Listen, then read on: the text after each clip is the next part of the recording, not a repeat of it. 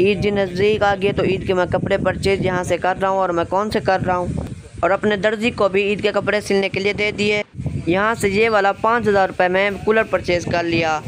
अस्सलाम वालेकुम जी। जैसा कि जी गाइस आपको पता है कि ईद का सीज़न चल रहा है, अभी ईद आने वाली है, बकर ईद, बड़ी ईद आने वाली है।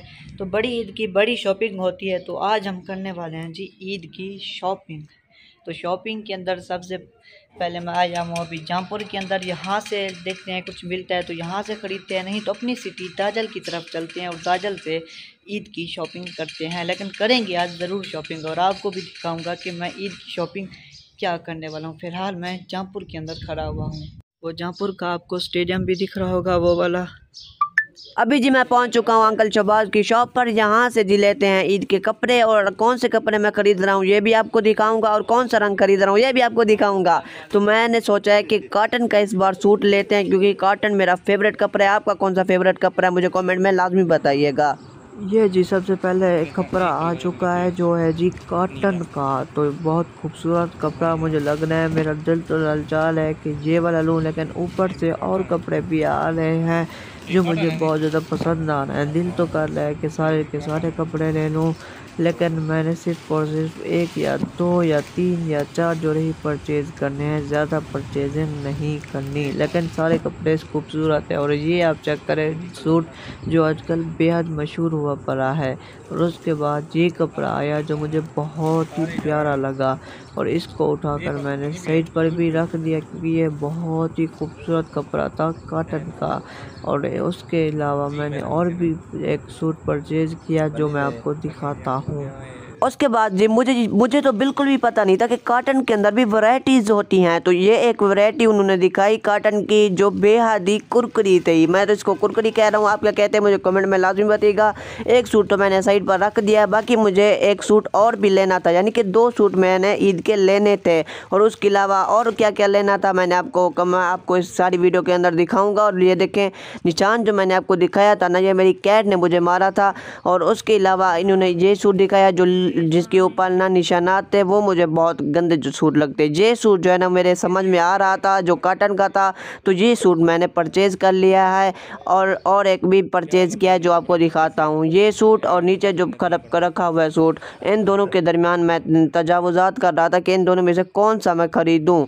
तो सभी से तजवीज़ लेने के बाद मैंने मशवरा किया सभी से, तो परचेज़ कौन सा किया जाए। तो ये वाला सूट मैंने परचेज़ कर लिया क्योंकि ये कलर ऑलरेडी मेरे पास नहीं था, लेकिन वो वाला कलर ऑलरेडी मेरे पास था। और जैसे आज व्लॉग बना रहा हूँ, आपको ऐसे व्लॉग हमारे अच्छे लगते हैं या डेली जैसे व्लॉग बनाता हूँ वैसे व्लॉग अच्छे लगते हैं आपको, मुझे कमेंट में लाजमी बताइएगा। अभी दूसरे जोड़े की बारी है, दूसरा सूट भी मैंने परचेज़ करना है। तो दूसरा सूट भाई निकाल लें, आपको वो भी दिखाता हूँ कि आज दूसरा सूट मैं कौन सा लेने वाला हूँ। भाई शहबाज ने मुझे गोल अहमद का कपड़ा दिखाया जो मुझे बहुत ही खूबसूरत लगा और बहुत ही प्यारा कपड़ा था जो गर्मी के लिए बहुत ही परफेक्ट था। तो ये सूट भी मैंने परचेज़ कर लिया। और मुझे कमेंट में आप बताइएगा कि क्या आप भी ईद की शॉपिंग कर रहे हैं या ईद की शॉपिंग कर चुके हैं। और फिर भाई शहबाज ने तिल कतीला मंगवा लिया जो गर्मियों की सौगात है। गर्मियों के अंदर तिल कतीला आप भी लाजमी पिया करें ताकि हीट स्ट्रोक से आप बचे रहें। उसके बाद जी हम आगे दर्जी की शॉप पर अपने कपड़े देने के लिए। वैसे तो मैं अपने शहर नुचारा गरबी से ही अपने सिलवाता हूँ सूट, लेकिन आज मेरे भाई ने कहा कि आज दाजल से तेरा सूट सिलवाते हैं। तो यहाँ इस न्यू दर्जी के पास आए हैं। ये मेरे भाई का दोस्त है, तो इसने न्यू अपना सेटअप शुरू किया है। तो पहले हम ये इसको अपने सूट देने के लिए आज गए हैं।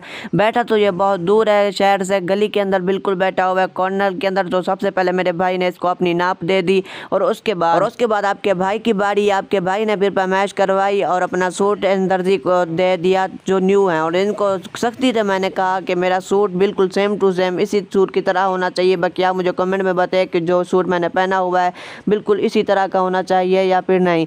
वैसे मैंने इसको नाप तो दे दी है, बिल्कुल मैंने इसको कहा है कि सेम टू सेम इसकी कॉपी होनी चाहिए। फर्स्ट टाइम मैं किसी और दर्जी को कपड़े दे रहा हूँ तो मुझे डर भी लग रहा था कि ये कपड़े उसी तरह ना सिए जो जैसे मैं पहनता हूँ। तो मैंने इनको अपनी नाप और कपड़े दोनों ही दे दिए। और उसके बाद हम आ गए ट्रंगू वाली शॉप के ऊपर, जहाँ से ट्रंक ड्रम पेटी शेटी सब कुछ कूलर चूलर सब कुछ मिल जाता है। हमारा कूलर टूटा हुआ था तो हमने यहाँ से एक न्यू कूलर परचेज़ किया है। वो कौन सा किया है वो भी चलकर आपको दिखाता हूँ। फिलहाल मैं अपनी बाइक की रखवाली बाहर से कर रहा हूँ और आपको जूम करके सब कुछ दिखा रहा हूँ। यहाँ पर जालियाँ चना भी रखा हुआ है।